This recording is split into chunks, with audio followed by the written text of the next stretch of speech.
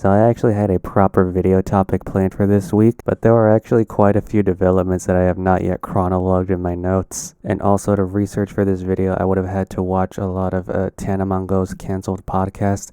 And I gotta be honest with you, I was not psychologically prepared for that this week. So instead, I'm just gonna record myself indulging in one of my favorite guilty pleasures, looking at the absolutely bonkers things people do to their cars. Feel free to dislike the vid now. So first we have this PT Cruiser over here, and it looks like if a dune buggy had to try and dress up for a formal event. This actually reminds me a lot of that episode of SpongeBob where he tries to become normal. Like SpongeBob's head in that episode and this PT Cruiser are just as curvy. I have absolutely no idea where this picture came from. For all I know, an alien beamed this photo down from outer space so that we Earthlings could also bask in its glory. I really want to go to wherever this thing is just so I can watch it drive. I imagine trying to do a Titan fast turn in this thing. This thing's going to roll over and it's going to be like Super Monkey Ball. You're just going to be tumbling through the streets. Also, am I the only one that thinks this picture looks a lot like a Sasquatch sighting? Or just any attempted photo of a cryptid? Like I'm half expecting to look into the window of this building and then just see Mothman flipping me off.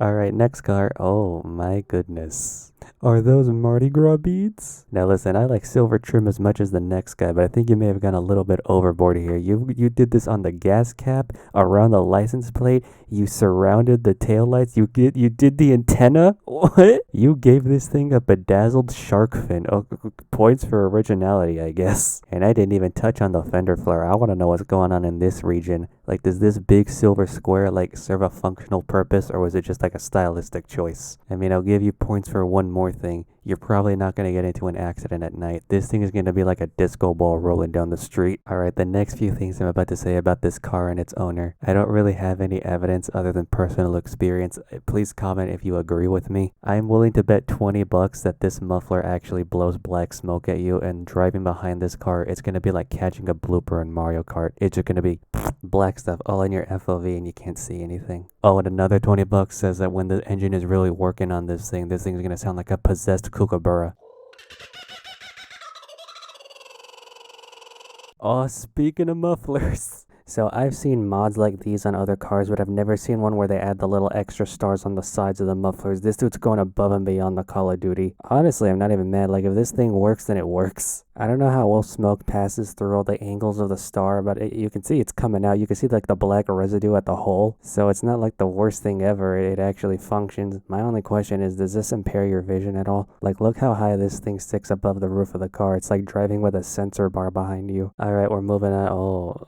Oh, is that a Camaro? Oh, it might not be. It looks like a truck that they stuck the front end of a Camaro on, but then they stuck whatever entity this is on the hood. It looks like a lemur's face, and it has the state of Texas carved into the top. Don't even get me started on the side of this thing. Why does it look like it's made of concrete? It's like brutalistic architecture. And now I just want to draw your attention to the back of this thing. You have a spoiler. You have another spoiler on top of said spoiler, and then if you move forward a little bit, you have another spoiler on the roof of your car. I don't think that's how downforce works. Y'all, I really hope that this was just a stinker of a truck that they just decided to turn into this abomination, and this was not like an actual Camaro that they did this to. If any of y'all knows the answer to that question, please do not tell me. I'd rather live in my fantasy that a Camaro did not die for this. Alright, I'm moving on to the next mod here. It's not so much that this was a bad idea or it was awful taste. It's just something went very wrong. Proud of myself. Did my first vinyl wrap today and only had one bubble. Well, that's technically a true statement. Hey TLC, if you ever need a new subject to go on Dr. Pimple Popper, I know where to look. Oh my gosh, I just noticed the Lamborghini badge. Also, I love how in this picture, it looks like the sun is casting down a beam of concentrated light straight to this bubble. Like the sun just hates this guy in particular and wanted to ruin his day. Oh my boy. Oh no. It looks like a leather shoe. I think my favorite part about this is that if you can't see the seats or the windshield, it's honestly kind of hard to tell which is the front and which is the back. Like if you look at the fender flare on the front wheel, that looks like something that would go on the back of the car. I can't think of any car whose front wheel has a piece of whatever sticking out that far in front of it. Also, look at the windshield. Do you see all that crusty stuff? I want to know what that is. And the rims too, it looks like a bad wrap job. Look at all the wrinkly looking stuff on the rims. What happened? And then this part right here, you know how most cars have a little step to help you get on it? This car's so low, it doesn't really need that. So this part's just decorative. It has a hole. It's a one big bar, a gap, and then a little tiny thin bar. Oh no, not the Corvette. Are these things even legal? Every time I see these, I just think of that episode of Phineas and Ferb where they're riding the chariots, and then Buford just presses a button on his so he can slice people's wheels up. It's a cool looking car too. I like the burnt orange with the black stripes, but then you did this to it. Also, imagine trying to finagle this car into a tight parking space.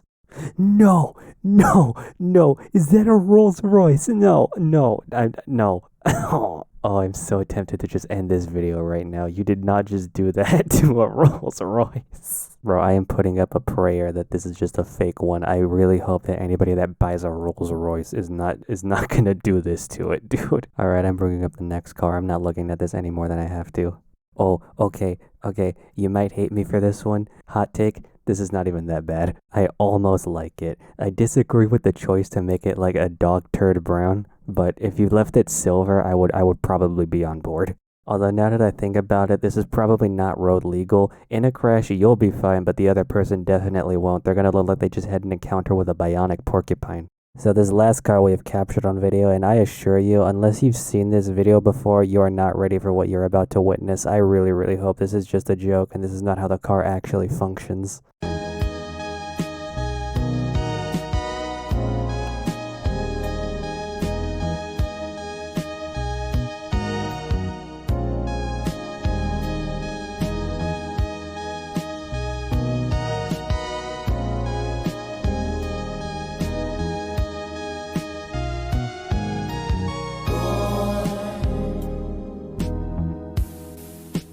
This could be your year.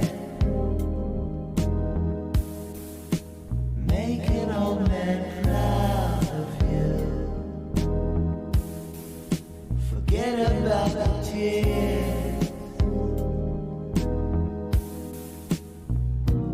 Okay, now I know this doesn't look like an intentional modification to their car, at least I hope it wasn't. I'm going to assume that somehow this broke and they're making do with what they have, but I don't know, man. At this, could you not have gotten like a plastic tube from like Home Depot or something and then just run it up to the gas cap to do this? Even if this is a joke video, this is a pretty dangerous joke to pull off. Yeah, gasoline vapors free flowing out of a tube right next to a part of the car that can get up to 900 degrees Fahrenheit, actually over 900 degrees Fahrenheit.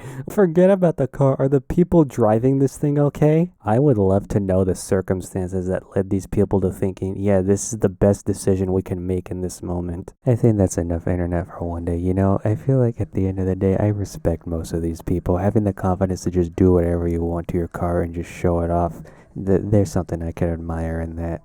Except that last one, I feel like if you have to take off a wheel of your car in order to refill the thing, you've made a horrible mistake, man.